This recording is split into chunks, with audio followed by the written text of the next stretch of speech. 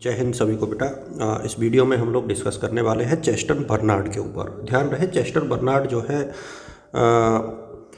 संगठन के सिद्धांत में इनकी समझ बहुत अच्छी रही और इन्होंने जो है इनके औपचारिक और अनौपचारिक संगठनों का जो विश्लेषण किया था वो बहुत महत्वपूर्ण है, लोक प्रशासन में भी और मैनेजमेंट के फील्ड में भी। तो इसको थोड़ा सा हम लोग देखेंगे। एग्ज़ाम के हिसाब से बहुत इंपॉर्टेंट इसलिए है क्योंकि चेस्टर बर्नार्ड शाह ने जो अपना वर्णन दिया था, दो चीज़ें इनकी बहुत फेमस है। एक तो इनके फंक्शंस ऑफ एग्जीक्यूटिव्स यानी कार्यपालिका के कार्य, जिसको मैं ये अलग वीडियो में साझा करूंगा, और एक जो है इनके फॉर्मल इनफॉर्मल ऑर्गेनाइजेशन के बारे में।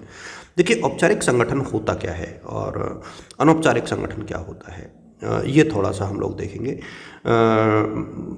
बड़े वीडियो बनाने के बजाय जो है मेरा प्रयास ये रहेगा कि मैं थोड़ा सा आप लोगों के साथ सामान्य तरीके से इसको समझाऊं। देखिए जब कोई संगठन औपचारिक होता है ना, तो उसका निर्माण जो है एकीकृत उद्देश्यों के लिए किया जाता है। उसकी एक बहुत अच्छी संरचना और पदक्रम होता है, यानी साझा लक्ष्य होते हैं, रिपोर्टिंग जो है स्पष्ट होती है, उसके नियम होते हैं और कुछ स्टैंडर्ड होते हैं। ठीक है, हर उसकी जो भूमिकाएं होती है हर पद की, हर ऑफिस की, वो फिक्स होती हैं। उनको जो रेस्पॉन्सिबिलिटीज़ मिलती है, जिम्मेदारियां मिलती हैं, उनको जो अधिकार मिलते हैं वो निश्चित होते हैं। तो ये यदि आप पूरा देख लोगे, ये पॉइंट्स को यदि आप लोग देख लोगे, तो औपचारिक जो संगठन है ना, उसके बारे में आपको सारी चीज़ें समझ में आ जाएंगी।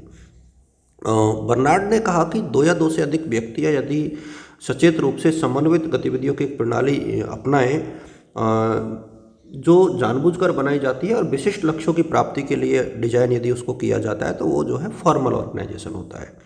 इसको आप लोग इसी तरीके से देखिएगा, बहुत महत्वपूर्ण है अपने आप में।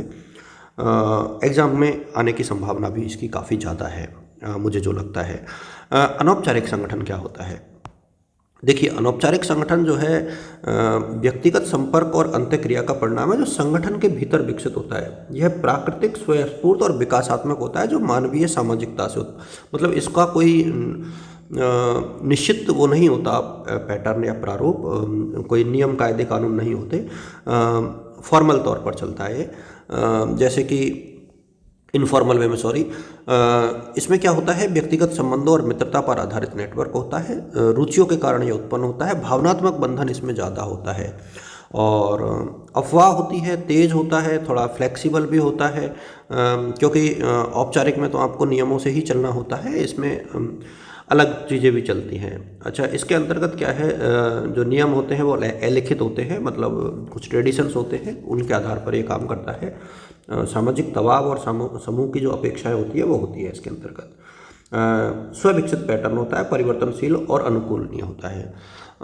ये यदि आप लोग एग्ज़ाम में बना के आ जाते हो, कोई भी स्टूडेंट यदि इसके अंतर में ये पूरा यदि स्क्रीनशॉट डाल लेकर के आप रख सकते हो, दोनों में अंतर को बहुत अच्छे से स्पष्ट किया गया है। देखिए 1, 2, 3, 4, 5, 6 और 7 आधार पर यदि आप इसको लिख देते हो और एग्ज़ाम में पूछा जाता है तो आपके अंक बहुत अच्छे आएंगे। ध्यान रहे इस चीज़ का, क्योंकि और जो औपचारिक और अनौपचारिक संगठनों की विशेषताएं हैं ना, वो इसमें बहुत अच्छे से क्लियर कट मेंशन है। आप सिर्फ इतना भी पढ़ लोगे ना, तो भी आपका जो उद्देश्य है अच्छे अंक लाने का, वो पूरा हो जाएगा। यदि आप देखोगे कि इसका महत्व क्या है ऑर्गेनाइजेशन में, तो स्थिरता प्रदान करना, समन्वय बढ़ाना, संतुष्टि में सुधार और लचीलापन, ये कुछ चीज़ें हैं जो बहुत महत्वपूर्ण है। और प्रभावी संगठन के लिए जो मैनेजमेंट की पॉलिसीज़ थी, वो अनौपचारिक नेटवर्क को पहचाने, अनौपचारिक ये अलग चीज़ है।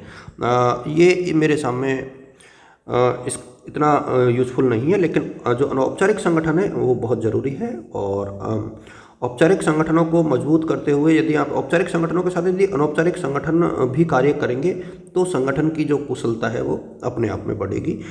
इसीलिए आधुनिक युग में दोनों प्रकार के जो संगठन है, औपचारिक और अनौपचारिक, दोनों के बीच में संतुलन होना जरूरी है, जिससे कि संगठन जो है सुचारू रूप से कार्य करे। ध्यान रहे संगठन लोक प्रशासन में बहुत महत्वपूर्ण कड़ी है। मैंने इसीलिए हर वीडियो में साझा कर रहा हूँ कि जिस सब्जेक्ट का आप पेपर दे रहे हो उससे रिलेटेड जो शब्दावली है वो आपको याद होनी चाहिए, जिससे कि आपकी जो लेखन शैली है वो प्रभावशाली हो जाए। Thank you.